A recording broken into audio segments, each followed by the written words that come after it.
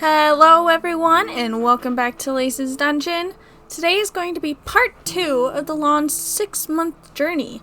Today's part is called Did You Dream in Your Pants? Part the second. Did you just dream in your pants? Monk began running out of steam for COS, largely because we'd gone so far off course in terms of story progression, but I'll spare you the stupidity, and wanted to take a break from it.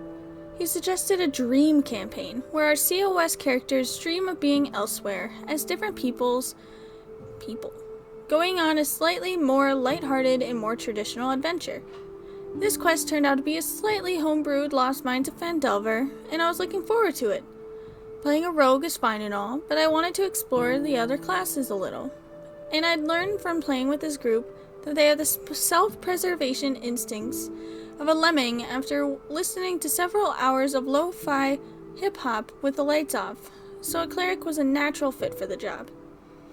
Corin McKeith was a jolly Irish/Scottish sounding fellow who was drinking buddies with a group of misfits in Neverwinter, and was consistently characterized as someone that didn't enjoy combat but knew a few things out of necessity. This, of course, led to the party despising him too, but they were less keen on murder given that he was their only healer and the only person with a high enough persuasion/deception skill to get them past most speech checks, something I'd factored into the equation. Sat with him were literally just the same characters as before. I'm not kidding, Guts was still himself. Binky had now become a bard called Belinda, supposedly. Binky's true goal was to become a female entertainer the entire time. And no, this never becomes a relevant plot point again. And Alucia was essentially playing an idealized version of themselves, and I literally cannot remember their names or find their character sheet anywhere to double check, because their Hero Forge models were almost identical.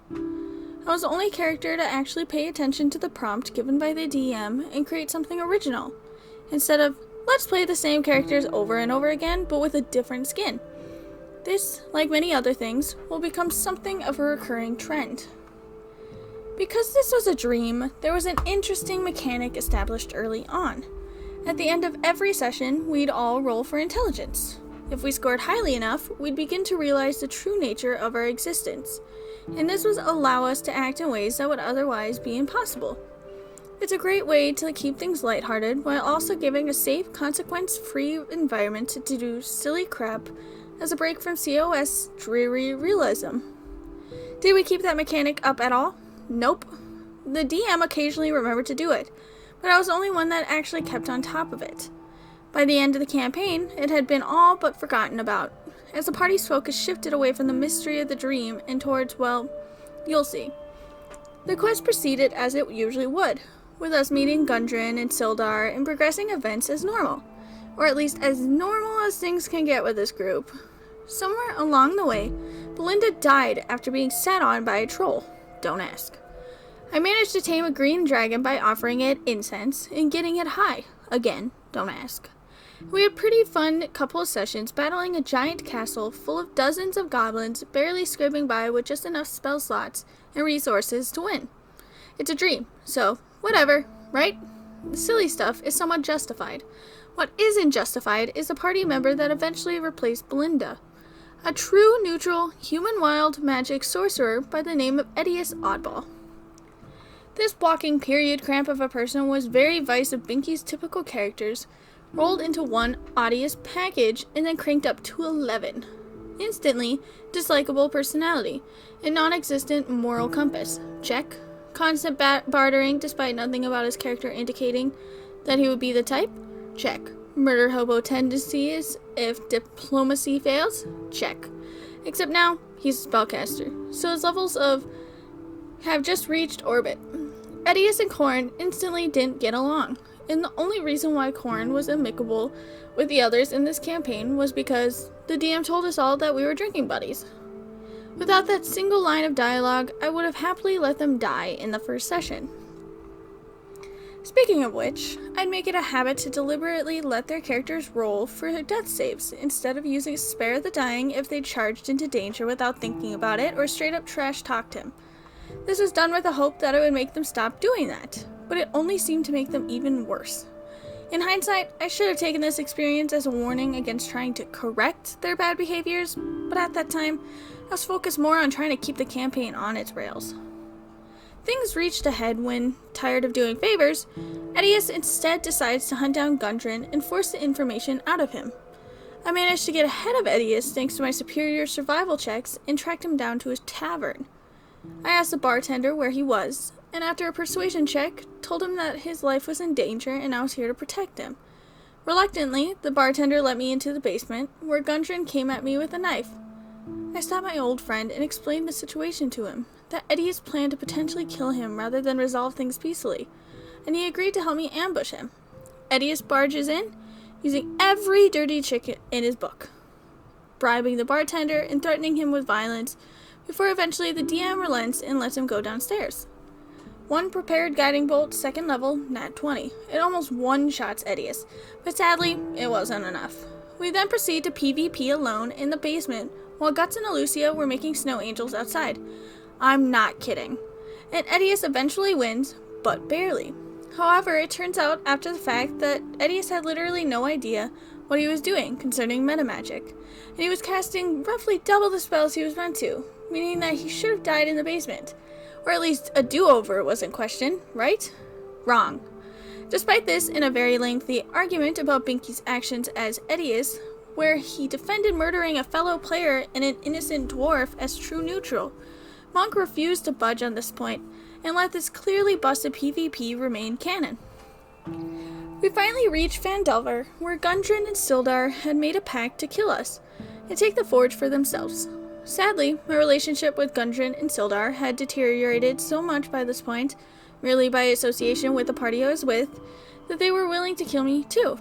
Regardless, we pushed on ahead to the final room, where an observer was watching the forge.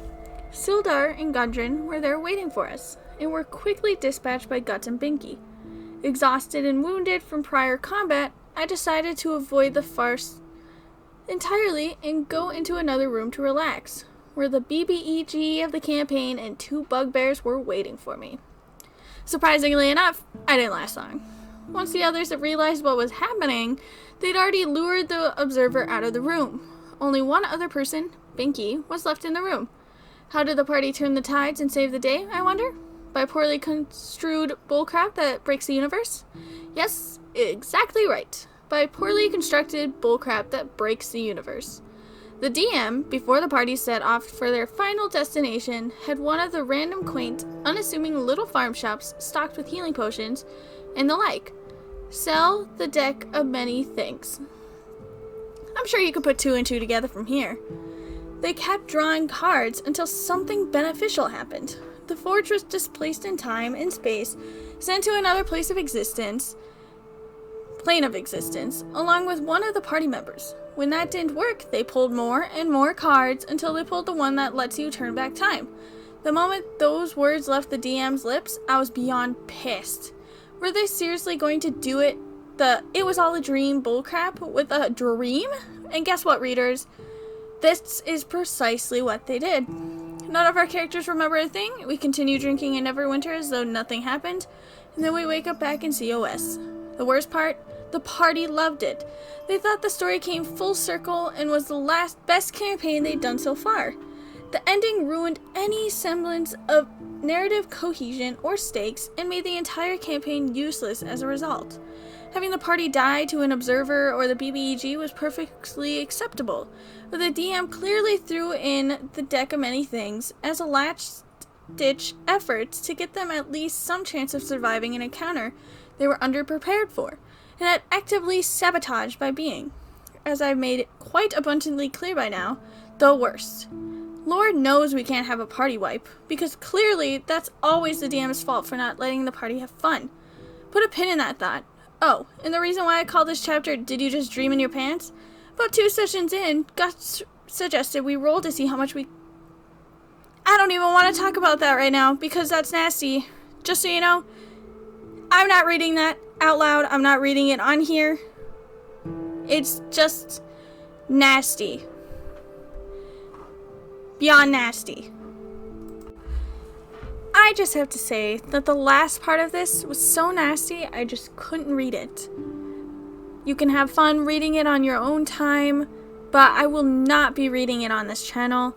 And if anything else pops up like this in this, I'm gonna have to stop reading it.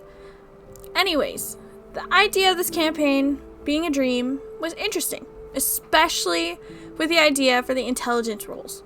But to just ignore those rolls after making it a rule is just beyond stupid. But at the same time, after reading the leather part, I'm not very surprised.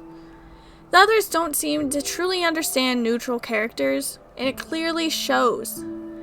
They were obsessed with plain murder hobos and saying they were neutral, when in reality, they were probably more in line with evil. The PvP was beyond bad too, especially since the one that should have won didn't win. But I don't like PvP unless for good reasons, and personally, it seems like this group likes PvP. PvP is just not for me. Wouldn't like it. It can really ruin relationships, especially friendships. But anyways, there is gonna be a part 3 and a part 4. And I hope to see you next time at Lisa's Dungeon. Goodbye.